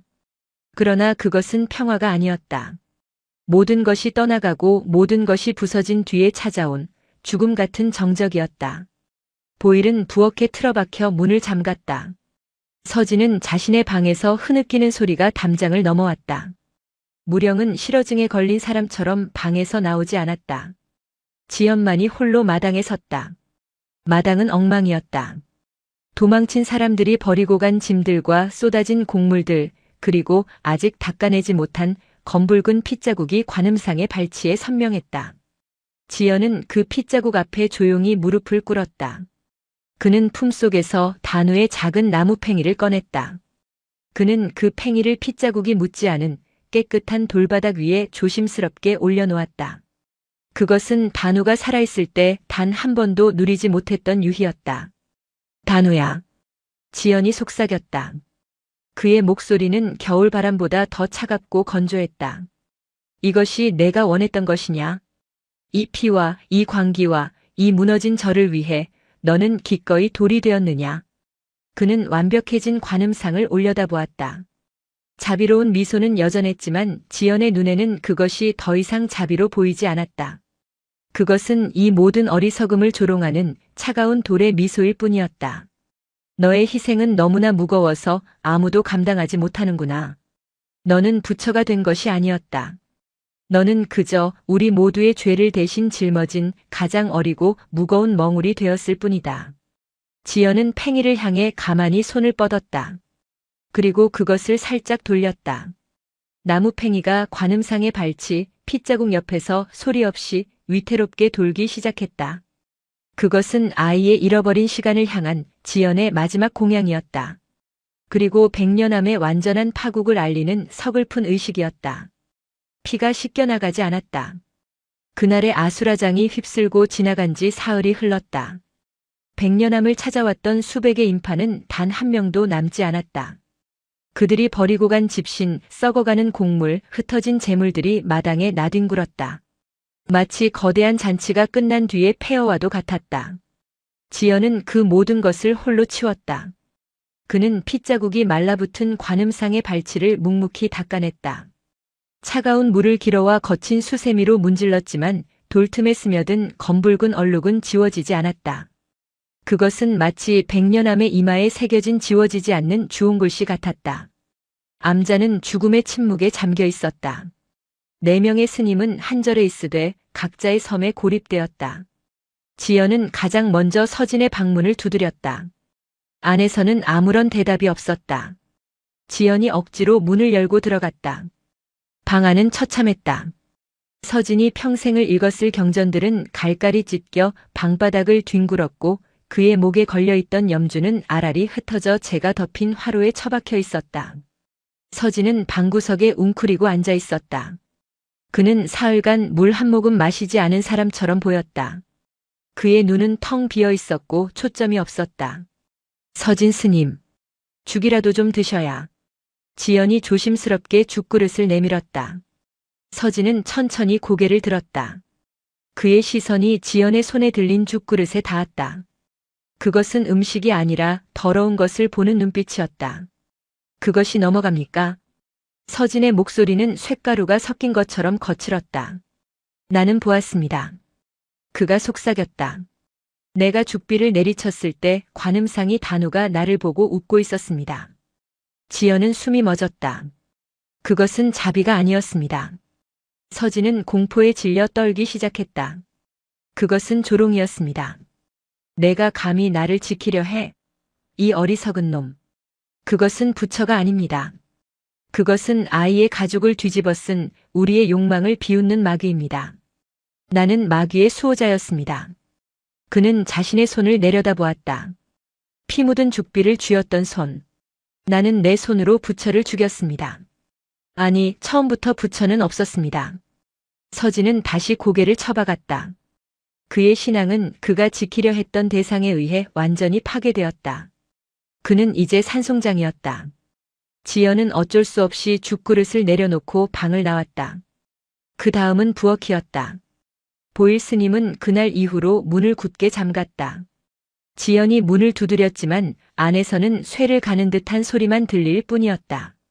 보일 스님, 문 좀 여십시오. 이대로 굶어 죽을 작정입니까? 안에서 칼이 도마를 내리찍는 둔탁한 소리가 들렸다. 다시요. 낮고 억눌린 목소리가 새어나왔다. 나는 그 아이의 피로 산 쌀로 밥을 짓지 않을 것이요. 나는 그 아이의 희생을 팔아 마신 물을 마시지 않을 것이요. 차라리 여기서 굶어 죽을지언정 저 더러운 기적에 빚지고 싶지 않소. 보일은 서진과는 정반대의 방식으로 자신의 신념을 지키고 있었다. 그는 불신이 아니라 가장 처절한 순수를 고집하며 이 타락한 사찰과의 모든 연결을 끊으려 하고 있었다. 지연은 문에 기댄 채 한숨을 내쉬었다. 그 역시 보일의 말에 동의하고 있었다. 자신 또한 이 죽을 마실 자격이 없었다. 마지막으로 지연은 주지실로 향했다. 무령은 그날 보일의 저주와도 같은 폭언을 들은 이후 단 한 번도 방에서 나오지 않았다. 지연이 문을 열었을 때 방 안은 지독한 노인의 냄새와 곰팡내 그리고 절망의 기운으로 가득 차 있었다. 무령은 자리에 앉아 있지 않았다. 그는 바닥에 마치 짐승처럼 네 발로 엎드려 있었다. 그의 손에는 그가 50년간 숨겨왔던 관음상에 부서진 돌조각 3개가 들려 있었다. 그는 그 돌조각들로 방바닥을 긁고 있었다. 끽끽. 마치 돌에 자신의 죄를 새기려는 듯 혹은 그 돌에서 용서를 구하려는 듯 의미 없는 행위를 반복하고 있었다. 주지 스님. 지연의 목소리가 떨렸다. 노승의 등이, 그 위대한 수행자의 등이 지금은 너무나 작고 가련하고 또 끔찍하게 일그러져 있었다. 무령은 고개를 들지 않았다. 그는 지연을 인식하지 못했다. 그의 텅 빈 눈은 오직 자신의 손에 들린 3개의 돌조각, 그의 죄의 근원만을 좇고 있었다. 그는 보일의 말대로 자신의 죄가 만들어낸 지옥에 완벽하게 갇혀버렸다. 그는 더 이상 주지가 아니었다. 그는 죄의식에 먹혀버린 늙은 망령일 뿐이었다. 지연은 무너졌다. 그는 주지실 문턱에 주저앉았다. 아무도 없다. 신앙은 무너졌고 순수는 고립되었으며 권위는 미쳐버렸다. 그리고 자신은 이 모든 것을 지켜봐야 하는 형벌에 처해졌다. 지연은 품속의 나무 팽이를 꺼냈다. 단우의 유일한 유품. 그는 팽이를 바라보았다. 단우야, 내가 진정 원했던 것이 이것이냐? 그의 질문에 팽이는 답이 없었다. 너의 그 엄청난 희생이 고작 이네 명의 늙고 어리석은 중들을 파멸시키기 위함이었더냐? 지연은 관음상을 떠올렸다. 마당에 홀로 서서 이 모든 파국을 내려다보고 있을 완벽하고 자비로운 그 얼굴. 그 순간 지연은 깨달았다. 단우의 기적은 구원이 아니었다. 그것은 시험이었다. 단우는 깨진 불상을 메운 것이 아니었다. 그는 자신의 몸을 던져 이 백년암의 가장 깊은 곳에 숨겨져 있던 균열을, 즉 무령의 오만함, 서진의 맹신이, 보일의 냉소, 그리고 자신의 방관을 수면 위로 남김없이 드러낸 것이었다. 그 완벽한 관음상은 그들의 죄를 비추는 가장 잔인하고 완벽한 거울이었다. 그때였다. 산 아래가 다시 소란스러워졌다. 이번에는 울부짖음이나 기도 소리가 아니었다. 그것은 군화 소리와 칼이 부딪히는 금속성의 소음이었다. 지연이 놀라 마당으로 뛰쳐나갔다. 관아의 포졸들이었다. 20명은 좋게 되어 보이는 포졸들이 험악한 기세로 산문을 부수고 마당으로 들이닥치고 있었다. 그 선두에는 붉은 관복을 입은 위엄 있는 사내가 서 있었다. 그는 머리를 다쳤던 그 양반의 형제, 즉 한양에서 권세를 누리는 형조의 참이었다. 그의 눈은 분노로 불타고 있었다. 내 이놈들, 감히 부처의 탈을 쓰고 살인을 도모해. 그가 칼을 뽑아 지연의 목을 겨누었다.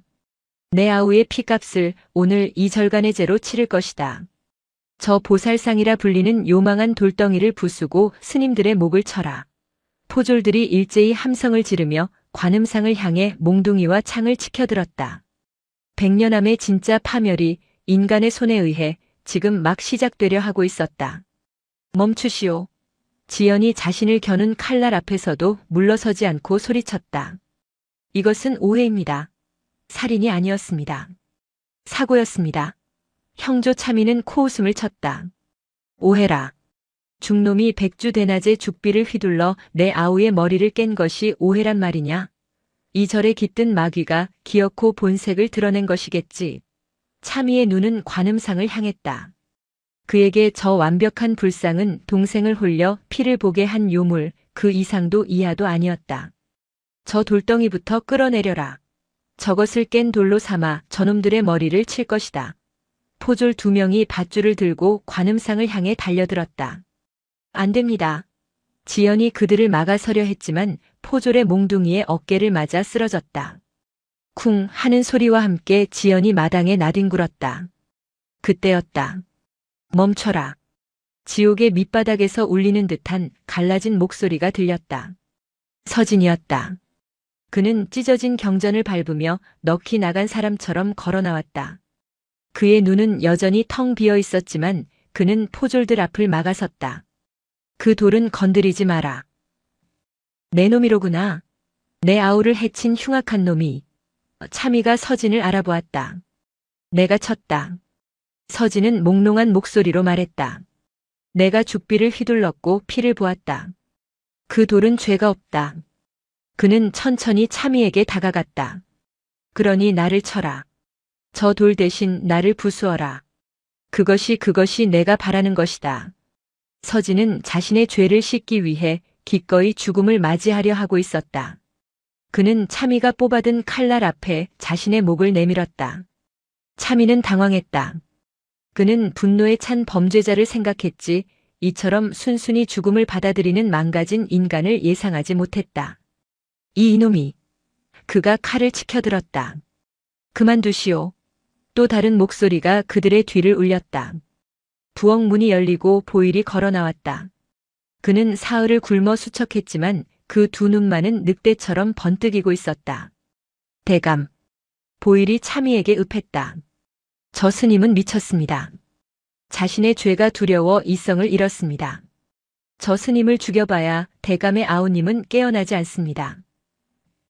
그럼 내 놈은 저놈을 감싸는 것이냐? 아닙니다. 보일은 고개를 저었다. 나는 진실을 고하려는 것입니다. 저 스님은 껍데기일 뿐입니다. 이 모든 참극을 불러일으킨 근원은 따로 있습니다.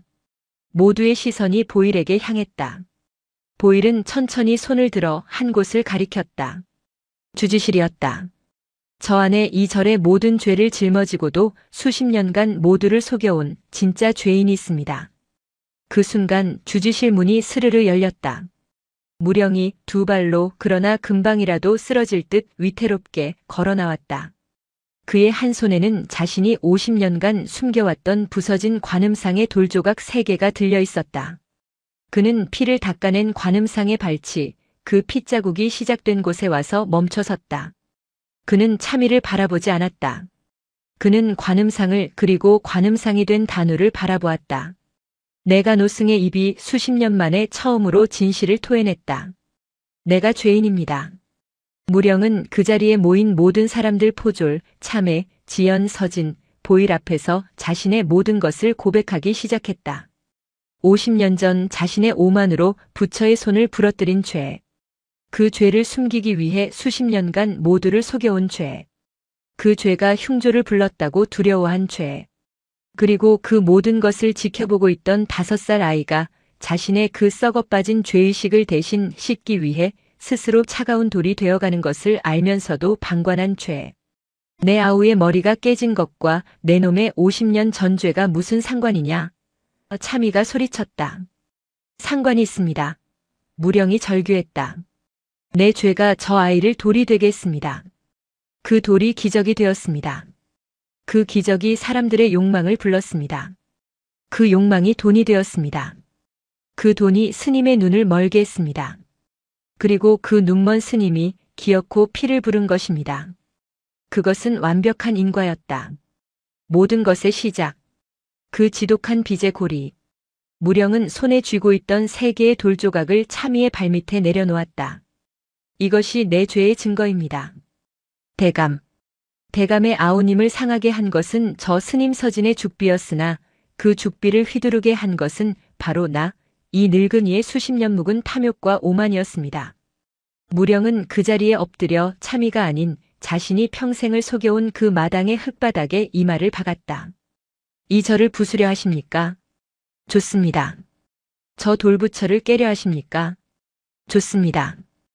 허나 그 전에 이 모든 빚의 근원인 이 늙은이의 목을 먼저 치십시오. 마당에는 바람 소리만 남았다.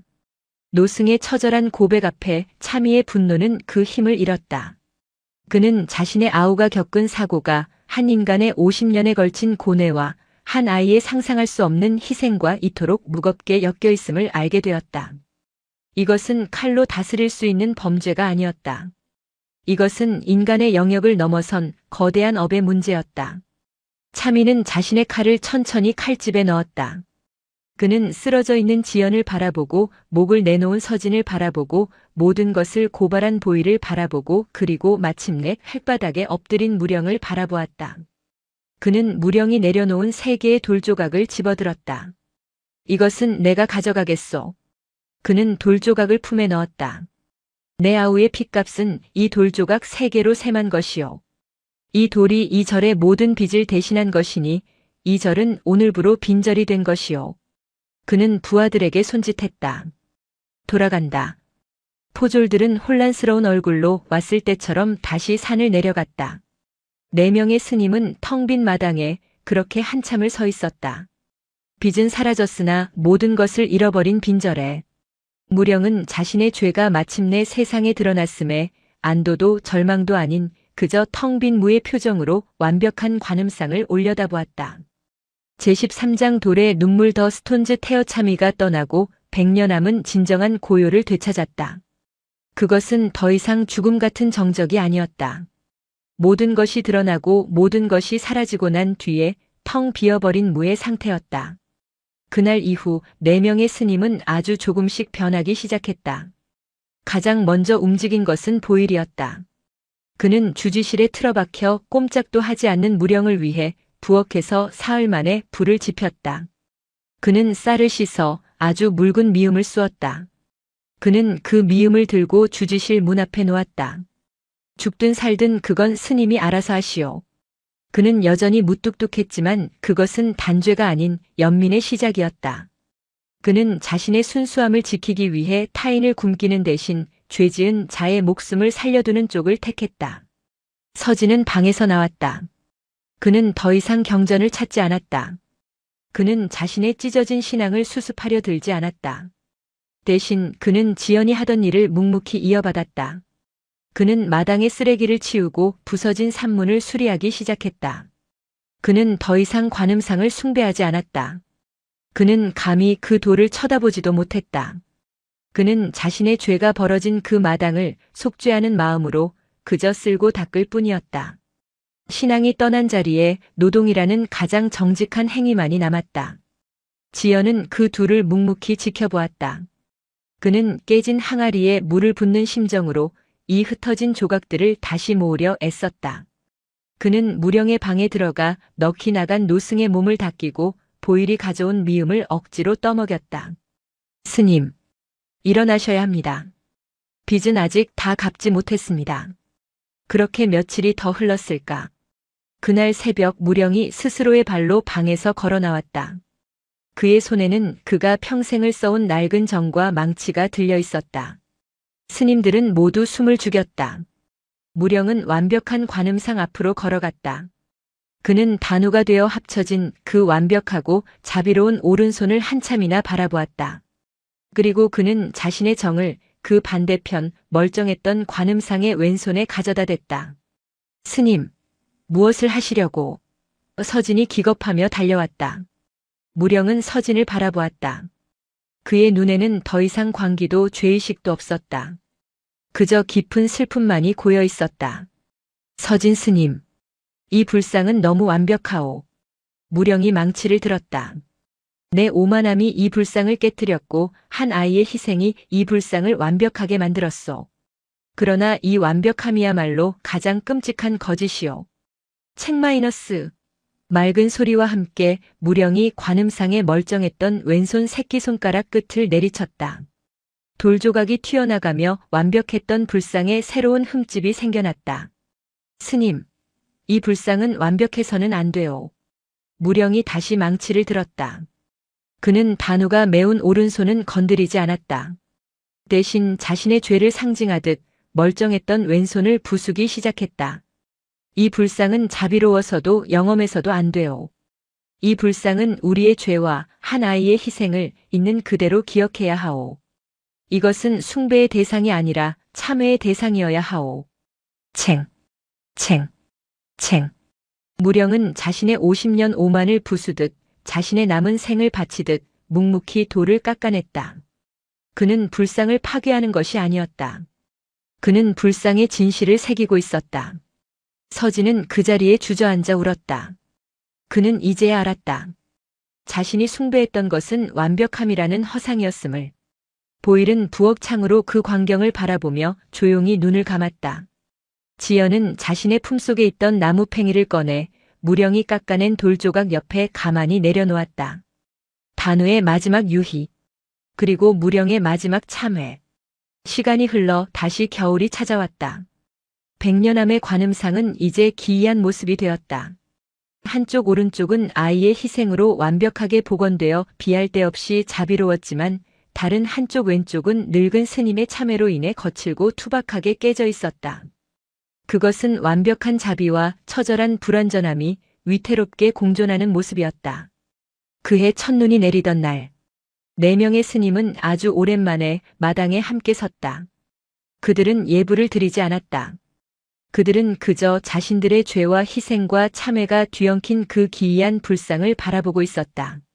그때 지연이 무언가를 발견했다. 저것은 단우가 되어 합쳐진 그 완벽했던 오른손. 그토록 매끄럽고 견고했던 그 돌의 표면에 바로 그 이음새 부분에 머리카락보다 가는 아주 미세한 균열이 새로 생겨나 있었다. 그것은 무령이 만든 흠집이 아니었다. 그것은 돌이 스스로의 무게를 이기지 못하고 다시 갈라지기 시작한 것이었다. 아! 서진이 탄식했다. 완벽한 희생도 영원할 수는 없었다. 아이의 희생으로 억지로 봉합했던 그 상처가 시간의 흐름 속에서 자연의 섭리 속에서 다시 제 모습을 드러내고 있었다. 눈송이 하나가 그 미세한 균열 사이에 내려앉았다. 그것은 녹지 않고 그 틈에 박혀 마치 돌이 흘리는 단 하나의 눈물처럼 보였다. 무령이 그 앞에 다가가 거친 손으로 그 돌의 눈물을 어루만졌다. 단우야, 이제야 너도 쉬는구나. 4명의 스님은 비로소 완벽한 기적의 무게에서 벗어나 불완전한 진실과 함께 그들의 길고 혹독한 겨울을 받아들일 준비가 되어 있었다. 그의 겨울은 그저 왔던 것이 아니었다. 그것은 100년함의 마지막으로 남은 것들을 회수하러 온 빚쟁이처럼 들이닥쳤다. 눈은 첫눈이 내린 이후로 단 한 번도 그치지 않았다는 듯이 쏟아졌다. 산길은 끊겼고 하늘과 땅의 경계가 사라졌다. 100년함은 다시 그들의 죄가 시작되었던 그해 겨울처럼 눈의 감옥에 갇혔다.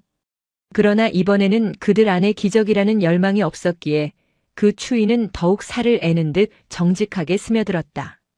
지연이 발견했던 그 미세한 균열.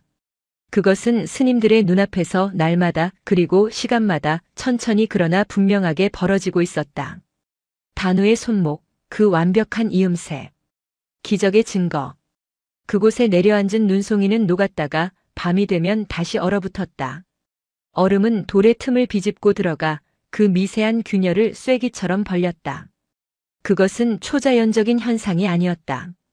그것은 물이 얼면 부피가 늘어나는 이 산의 가장 기본적이고 무자비한 자연의 섭리였다.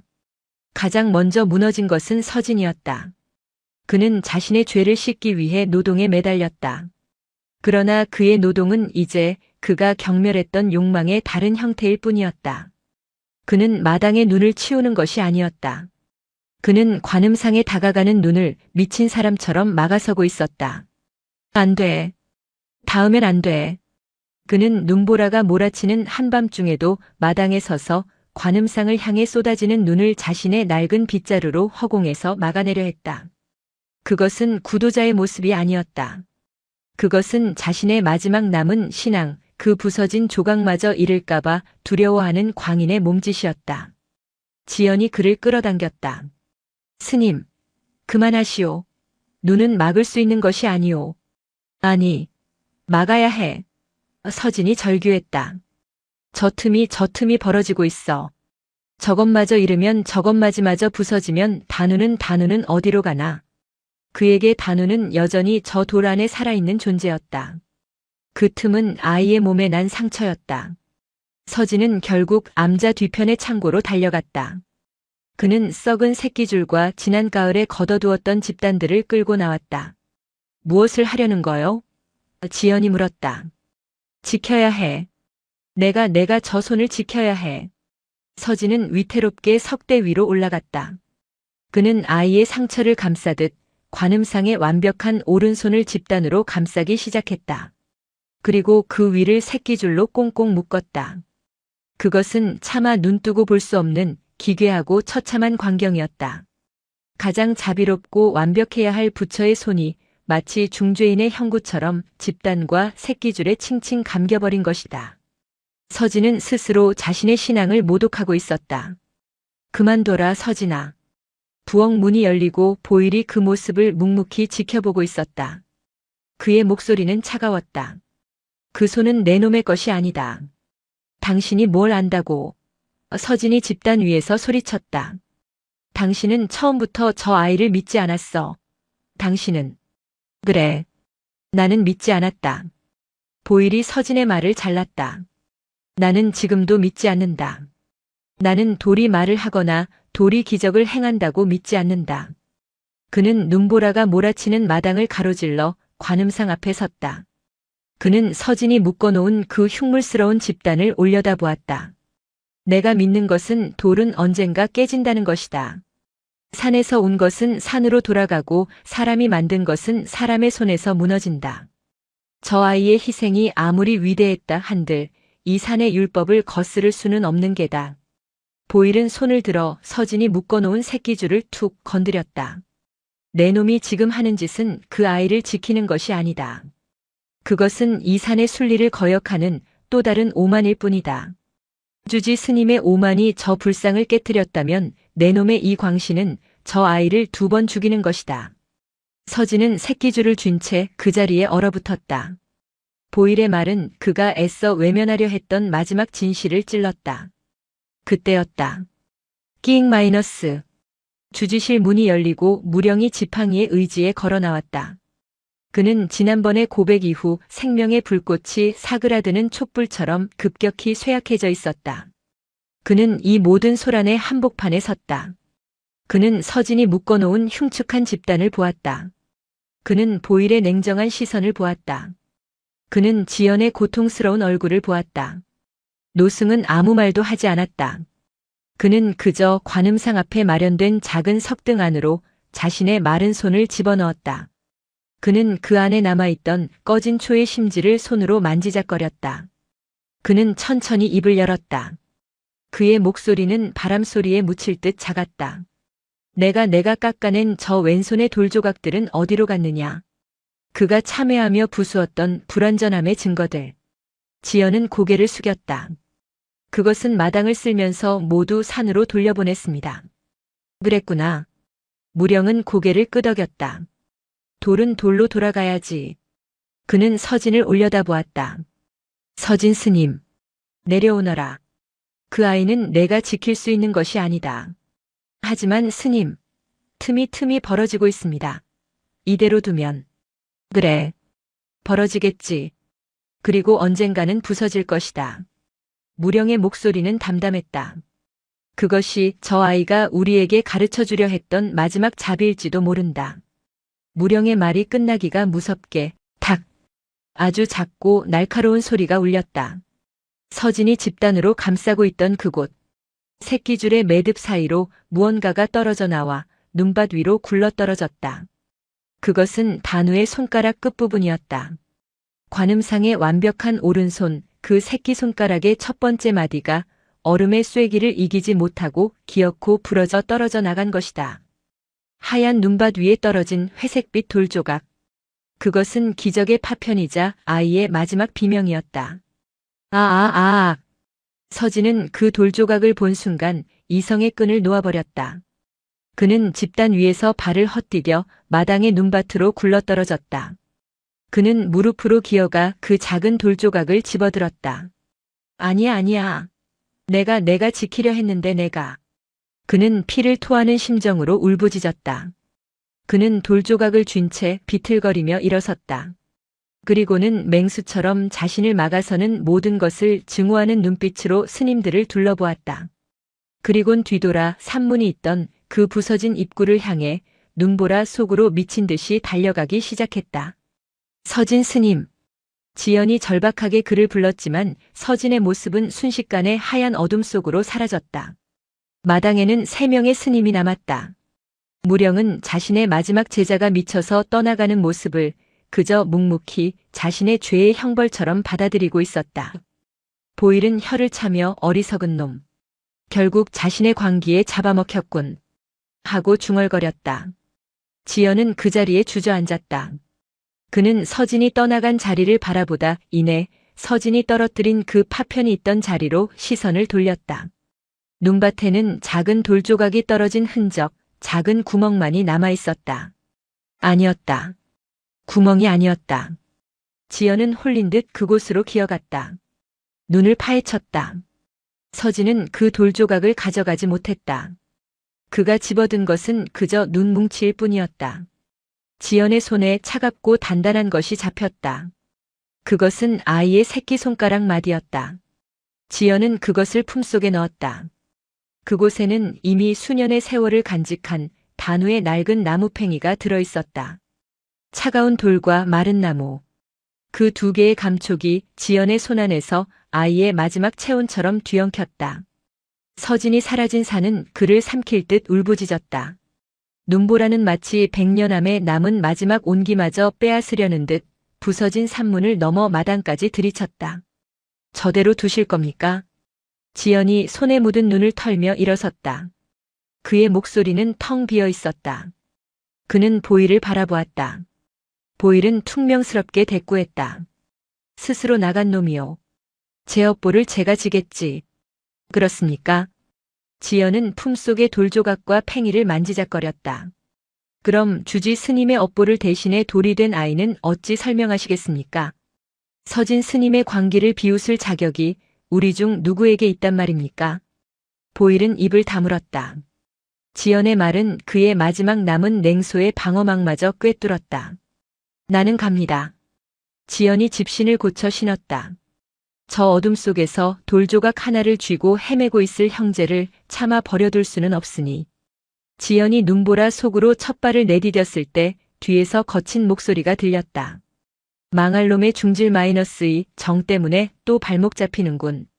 보일이 지연보다 더 두터운 속옷을 껴입고 굵은 밧줄을 어깨에 메고 나왔다. 가려면 빨리 갑시다. 얼어 죽은 놈 찾으러 갔다가 산 놈까지 얼어 죽을 일이소. 두 사람은 말없이 함께 눈보라 속으로 들어갔다. 그들은 미친 듯이 서진의 이름을 불렀다. 그러나 바람은 그들의 목소리를 찢어 산산조각 냈다. 그들이 반나절을 헤맨 끝에 서진을 발견한 곳은 뜻밖에도 관음상이 있던 마당에서 불과 100보도 떨어지지 않은 암자 뒤편의 벼랑 끝이었다. 서진은 그곳에서 무엇을 하려던 것이 아니었다. 그는 그저 그곳에 주저앉아 자신이 집어온 눈뭉치가 녹아내린 텅 빈 손바닥을 멍하니 내려다보고 있었다. 그는 자신의 신앙이 손안의 눈처럼 그렇게 허무하게 사라져버린 것을 목격하고 있었다. 그는 이미 얼어붙어 동사 직전이었다. 지연과 보일은 밧줄로 서진의 몸을 묶고 그를 끌다시피 하여 암자로 돌아왔다.